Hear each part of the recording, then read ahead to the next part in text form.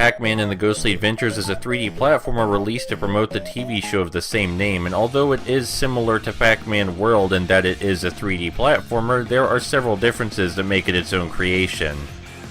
The basic platforming is fairly simple, consisting of the standard breezy and fluid jump and double jump. I would say the combat is where things get interesting, with Pac-Man's chomp being used in a 3D space similar to Sonic's homing attack or Ty's chomp from Ty the Tasmanian Tiger. This is a mechanic that I am surprised hasn't been used in other Pac-Man games. Chaining attacks together simply by pointing the analog stick in a direction and tapping a square feels immensely satisfying and fast. It's probably the best use of Pac-Man's combat abilities in a 3D space I've ever seen. And although it's a rather simple mechanic, Pac-Man can scare the ghost at any point by tapping the triangle button, and he must rapidly chomp 5 ghosts in a row again to refill the scare meter.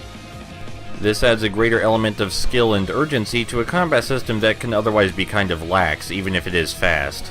The enemy design, though equally simple, is also pretty solid. Each color of ghost corresponds to a different combat ability, and when the different colors of ghosts get mixed together, it can make battles pretty hectic, and it will be difficult to actually avoid getting hit. The overall feel of the combat is still pretty lax because of the lack of difficulty in the game in general, but it does always keep the player moving, which is appreciated. The simplistic combat and platforming at the core of the game could probably carry Pac-Man's runtime by itself, but there's a lot more to it than that.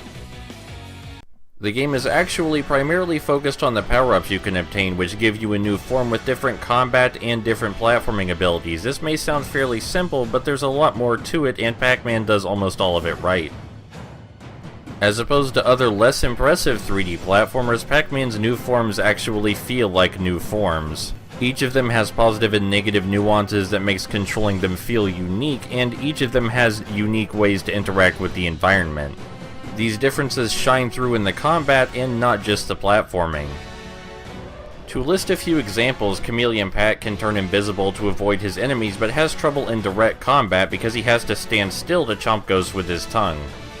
Rubber Pac has a devastating area of effect slam that can kill multiple ghosts simultaneously, but he has a terrible jump which limits his evasive capabilities.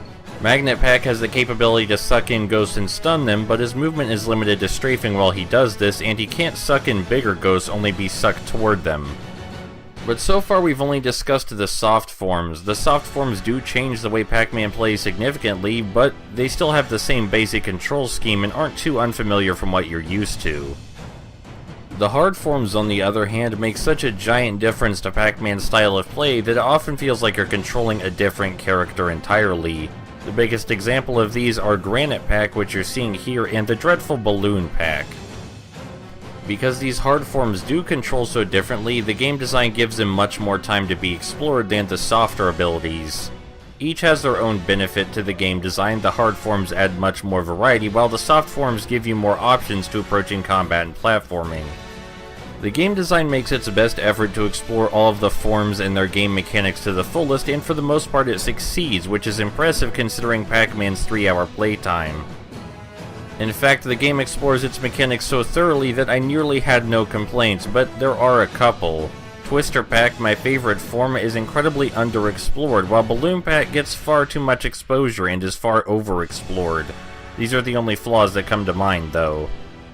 I do recall a few people who watched my Invisimals video saying that they wish there was a 3D platformer where the different forms were more explored and had more nuance to them. Well, here is that for you. Pac-Man and the Ghostly Adventures does an excellent job of exploring all of its mechanics, except for a couple.